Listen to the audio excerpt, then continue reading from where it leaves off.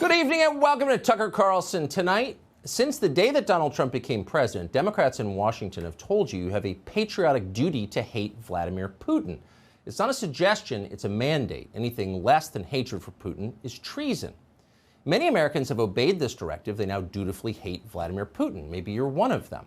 Hating Putin has become the central purpose of America's foreign policy. It's the main thing that we talk about. Entire cable channels are now devoted to it. Very soon, that hatred of Vladimir Putin could bring the United States into a conflict in Eastern Europe. Before that happens, it might be worth asking yourself, since it is getting pretty serious, what is this really about? Why do I hate Putin so much? Has Putin ever called me a racist? Has he threatened to get me fired for disagreeing with him?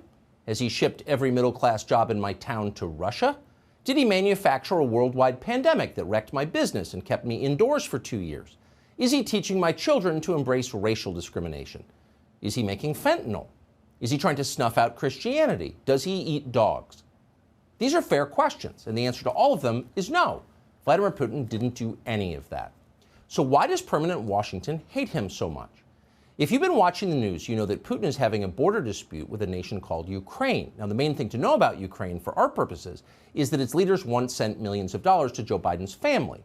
Not surprisingly, Ukraine is now one of Biden's favorite countries.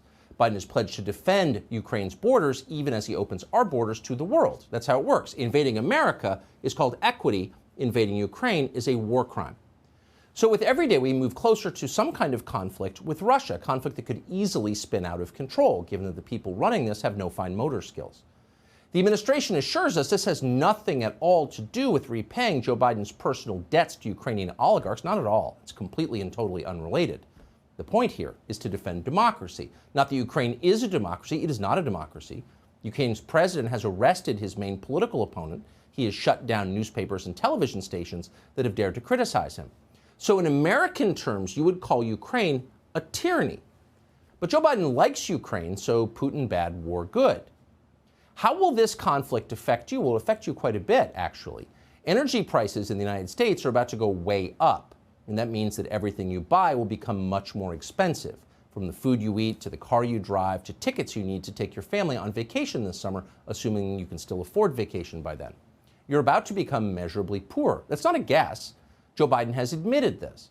On the other hand, you're going to win an important moral victory against dastardly old Vladimir Putin, who is much, much worse than Justin Trudeau, just so you know. So you can feel good about that because let's see, come to think of it, why would you feel good about that?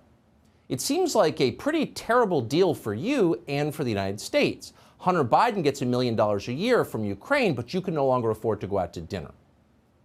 That's not a bargain. So what are we missing here? What we're missing is the big picture, and that's why Joe Biden has dispatched Kamala Harris to explain that picture to us.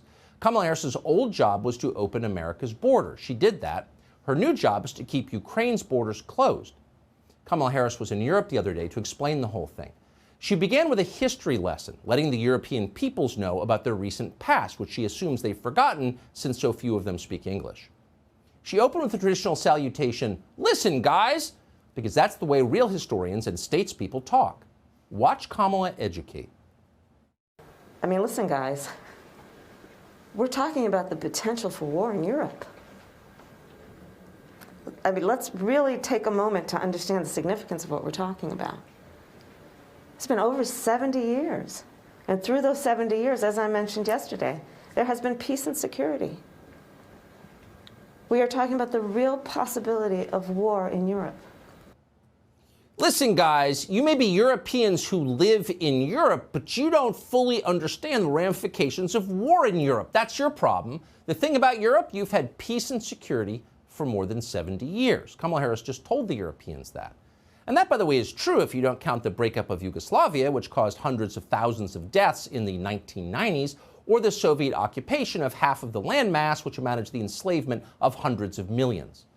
But apart from that, Mrs. Lincoln, it's all been peace and security in Europe, until now. Now, the Soviets were fine. Vladimir Putin is bad. What do we do about that? Kamala Harris explained that too. Watch. And the allied relationship is such that we have agreed that the deterrence effect of these sanctions is still a meaningful one, especially because, remember also, we still sincerely hope that there is a diplomatic path out of this moment. And within the context then of the fact that that window is still although it is absolutely narrowing, but within the context of a diplomatic path still being open, the deterrence effect, we believe, has merit. Got that? Take a breath and let it sink in. Here it is again. Quote, "We have agreed that the deterrence effect of these sanctions is still a meaningful one, especially because, remember also, we still sincerely hope that there is a diplomatic path out of this moment, and within the context then of the fact that the window is still open, although it is absolutely narrowing, but within the context of a diplomatic path still being open, the deterrence effect, we believe, has merit." Well, of course it has merit. The only question is, what the hell are you talking about? And the answer is Kamala Harris has no real idea what she's talking about. She can't even point to the direction of what she's talking about. Her mouth opens and predigested chunks of language come tumbling out in no particular order. It's soothing to listen to until you try to understand what it means. As Kamala Harris told us just last month, quote, "It is time for us to do what we have been doing, and that time is every day." To which we'd respond, "That's right, Ms. Vice President Person, today is the first day of the rest of your life. Learn it, love it, live it, and while you're at it, eat, pray, love." You can just imagine Vladimir Putin's reaction to all of this when an aide drops a translated transcript of Kamala Harris's remarks on his desk.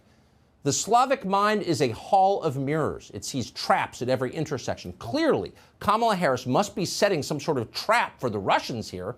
Her words don't make sense, but she can't possibly be dim and childish. America is a superpower. It would never put a senile man and an imbecile in charge of the country.